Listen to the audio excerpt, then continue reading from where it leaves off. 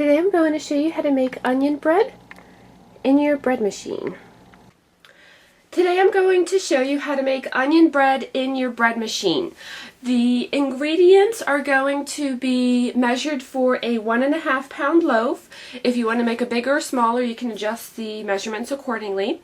So ingredients that we're going to need today is going to be 1 cup of water, 2 tablespoons of oil, 2 tablespoons of a dry onion soup mix. One of the packets in there actually has 3 tablespoons. So I'm just going to go ahead and put the entire packet's worth in here, so that way my bread is a bit more flavorful. We're also going to need 1 tablespoon of sugar, 3 cups of flour, and then 1.5 teaspoons of bread machine yeast, or if you're using the regular dry active yeast, you would need 2 1/4 teaspoons. So to put all of our ingredients in, we're going to open up the bread machine and we're going to take the pan out. And I like to do all of my mixing of ingredients with the pan out of the machine, so I don't have to worry about anything spilling down the sides. So we're going to go ahead and put in our 1 cup of water, 2 tablespoons of oil. I'm going to put in my entire packet of onion soup mix, 1 tablespoon sugar, 3 cups of flour, and I have 2 cups already measured here. And then for my 3rd cup, I'm just going to show you real quick, whenever you're working with the bread machine, because the ingredients need to be accurate, you want to make sure you have the right amount of flour. So we're going to go ahead and take a knife and measure off the excess, because we want to make sure we have just that cup's worth and not a lot more. And then we're going to put in our yeast, and I really like using the ones in the jar. I find that they're much more economical, they're really easy to use, and especially if you're going to use your bread machine quite often, this jar will go a long way for you. So we're going to do 1.5 teaspoons. So 1, 2, 3. Alright, now that we have all of our ingredients, we're going to go ahead and put it into the pan, into the bread machine. To put our pan back into our bread machine, we're going to lift up the lid, and you'll notice that in here on the 2 sides I have these clips, and if you notice on the pan itself I also have 2 clips. So when I'm putting it in, I'm going to make sure that those 2 clips are facing the spot in the bread machine to connect them. So I'm just going to put them down in, and then you want to push. You'll kind of hear and feel this audible click, and if I pull on this, you'll notice that it's nice and tight. It's not going to go anywhere.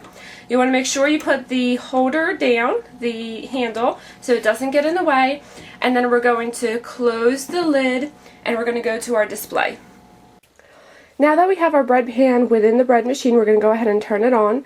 Every bread machine will have at least these 2 settings. The first one is going to be actually selecting what kind of bread you're going to do, and the other thing is going to be selecting what size bread you want to do. Remember, the ingredients we were doing were for 1.5 pound today.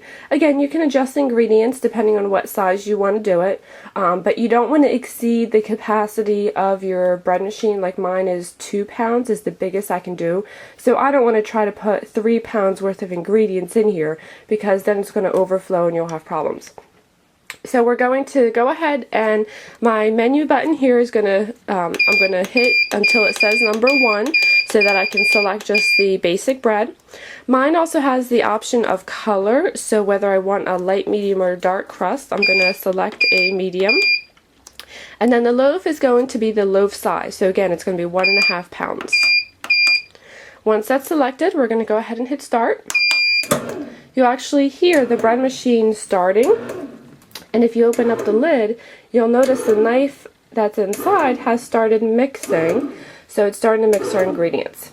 Also, if you take a look at the display, it says 3 hours. 3, the 2 dots and 00.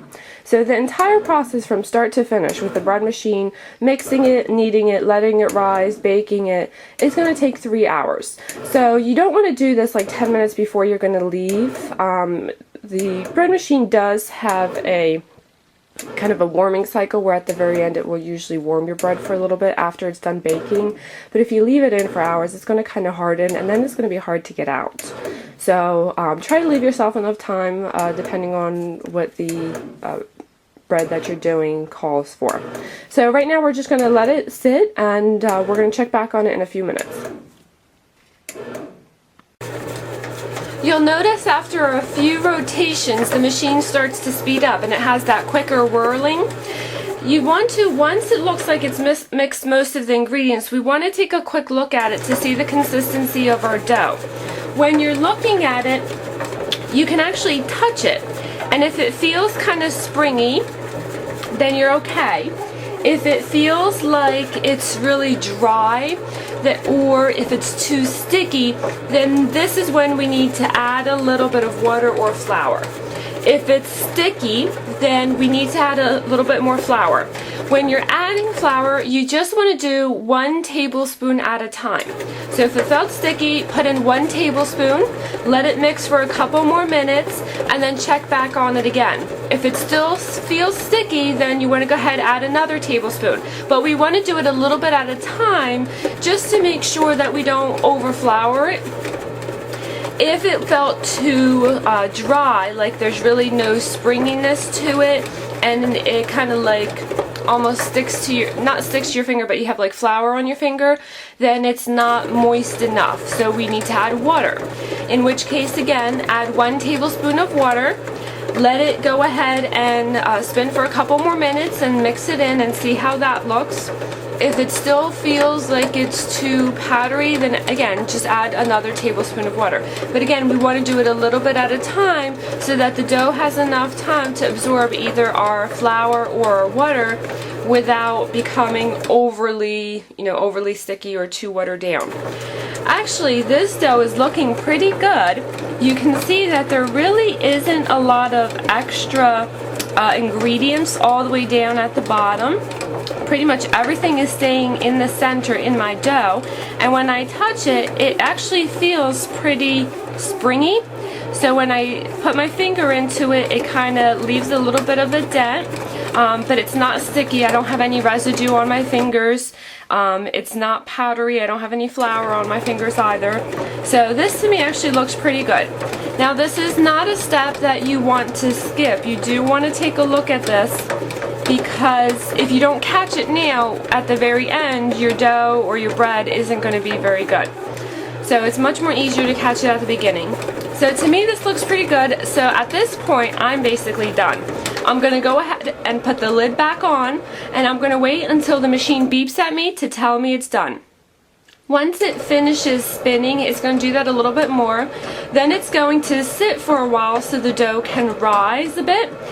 You don't want to keep opening up this lid. It's okay right now because it's still mixing, but once it actually starts baking and rising, we want to leave this on because we don't want to let heat escape. You'll notice that there is a clear window in most bread machines, so if you're curious as to what it looks like, you can take a peek in here, but try to refrain from opening up the lid needlessly. So right now we're done. We're going to wait until the bread machine beeps at me, and we're going to check back on it then. Once our bread has finished baking, we're going to go ahead and open up the lid and pull it out. And you want to make sure you're doing this with a pair of oven mitts because this is going to be hot. I'm going to take a plastic fork, plastic spoon, knife, and you want to do plastic because you don't want to scratch the pan. And all I'm going to do is just run it down the sides just to give it a little bit of leeway to try to get the bread away from the pan. And then we're going to go ahead and put it upside down. And if you find that the bread still isn't coming out, you want to twist the top part where the knife is. Just twist it a couple times and you actually feel the bread come out. And then we're going to go ahead and let this cool for a few minutes before we cut it. And while we're waiting for it to cool, we're going to go ahead and fill our pan up with water because we don't want any of the residue to start to harden. If you leave it for several hours and then try to wash it later, it's going to be really difficult to get it clean and get the knife out because everything will harden. So we're going to pour some water in. We're going to let it stand for maybe about 10-20 minutes just so it cools down a bit, and then we're going to go ahead and cut it. Once our bread has cooled down enough, we're going to go ahead and cut it. Now you can certainly cut it going across, but I find that it's a little bit hard because of how square it is. It's kind of a big piece. So my personal preference is to cut the bread in half lengthwise this way. And there you go, take a look inside. And then I will go ahead and cut it into slices. And I find it's just a little bit easier to work with. It's a little more manageable. It still makes really nice bread for sandwiches. It's a big enough slice, and it also works really nice if you wanted to just use it for dipping, like dipping into flavored olive oil or olive oil with spices, something like that. And you can hear there's a nice crunch to the crust. So it's nice and soft inside, and it has a nice crunch on the outside. And there's our onion bread.